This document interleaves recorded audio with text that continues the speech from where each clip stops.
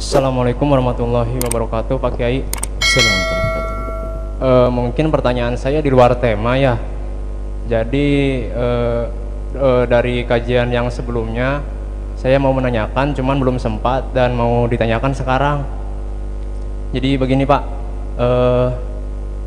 semacam misalnya kita ini hidup di lingkungan yang kurang kondusif.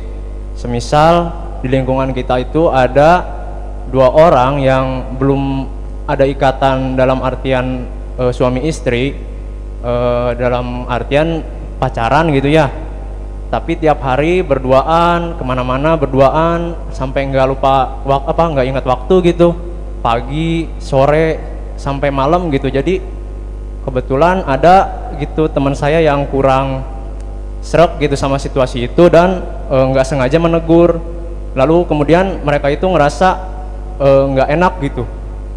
Terus pertanyaannya, sikap kita menyikapi situasi seperti itu harus gimana Pak Kiai? Apakah kita harus membiarkan atau kita menegur secara perlahan? Kurang lebihnya mohon maaf. Wassalamualaikum warahmatullahi wabarakatuh. Assalamualaikum warahmatullahi wabarakatuh. Yang pertama, kalau kita ngelihat kemungkaran, yang pertama harus kita hadirkan adalah kita tidak senang dengan kemungkaran tersebut, bukan protesnya dulu. Sebab ada orang protes action, ada biar dianggap ulang dia lebih baik, biar dianggap lebih istimewa, sehingga protesnya bukan dari kebencian kepada kemungkaran.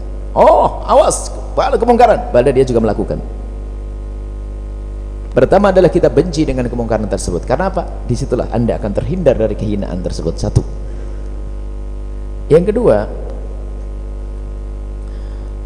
kalau ingin menegur, betul, bahkan mungkin bukan sebuah teguran yang kita berikan, akan tapi pengarahan. Sebab kadang mereka itu seperti itu tidak mengerti bagaimana cara agar tidak dosa di hadapan Allah.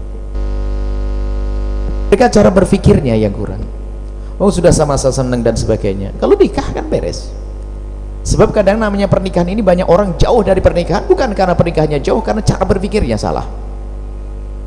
Diajak berbicara tentang pernikahan, memudahkan pernikahan. Yang penting halal dulu, sama-sama kamu gandeng ke sana kemari.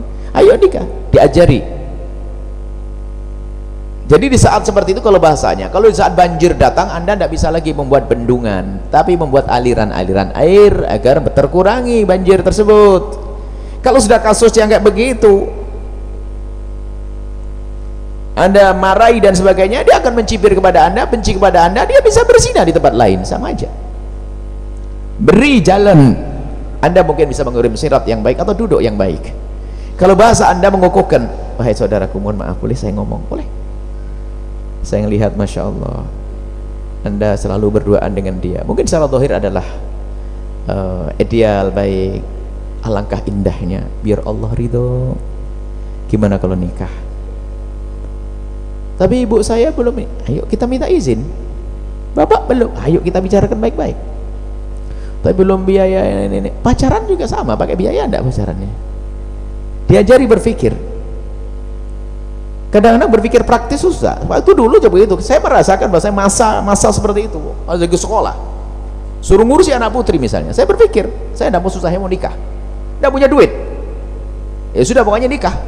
Guru ngizinkan, orang tua ngizinkan, ya pasti ada jalan, betul nikah. Akhirnya pusing kan urusan keuangan. Akhirnya punya manajemen khusus, BSS. Bayar sendiri-sendiri, sama-sama masih sekolah, bayar sendiri-sendiri. Istri dapat kiriman, saya dapat kiriman. Cuman manajemen penggunaan uang tuh harus jelas. Habiskan duit saya dulu, baru duit dia. Jangan laki-laki sembunyikan duitnya istri, habisin, kurang ajar namanya itu. Jadi prinsip sederhana. Ya 6 tahun tidak beli baju, istri yang ngerti ya, berkiriman baju dari orang tua. Tapi ingat jangan minta, saya ngomong gitu ke istri. Boleh kau terima duit tapi nggak boleh minta. Sebab saya sudah nikah dengan dia. Perlu berpikir yang tepat itu. Karena naudzubillah keharaman mengurangi berkah hidup. Masuk wilayah haram, Allah murka. Mana rahmat turun kalau Allah murka kepada kita? Mau ada pintu halal, kenapa susah? Dan kami ingatkan kepada para orang tua semuanya, tolong jangan persulit urusan pernikahan. Hei para orang tua, zaman anak-anak kita hari ini bukan seperti zaman Anda dulu. Televisi adanya TVRI, hiburan yang paling serem malam Ahad, apa namanya itu, film akhir pekan, kata tidak salah gitu. Saya ingat-ingat ceritanya begitu katanya. Katanya yang masih tahu film Akhir Pekan itu ceritanya kayaknya sudah tua. Nggak tahu saya sudah tua belum ini cerita. Kemudian apa lagi? Televisi yang punyanya Pak Lurah itu pun kalau sudah seminggu separuh layarnya kecil. Hari ini di saku anak-anak ada film nggak bener barangkali, lah kok masih menunda-nunda orang tua ini. Suruh apa? Suruh zina dulu anak, permudah urusan pernikahan, jangan bersulit. Urusan biaya sekolah gimana, takut anak saya nanti terbebani. Ya sama-sama ya kesepakatan dong sama besan sana, biar anak kita halal. Ya kamu ngeluarin duit, saya ngeluarin duit. Oke.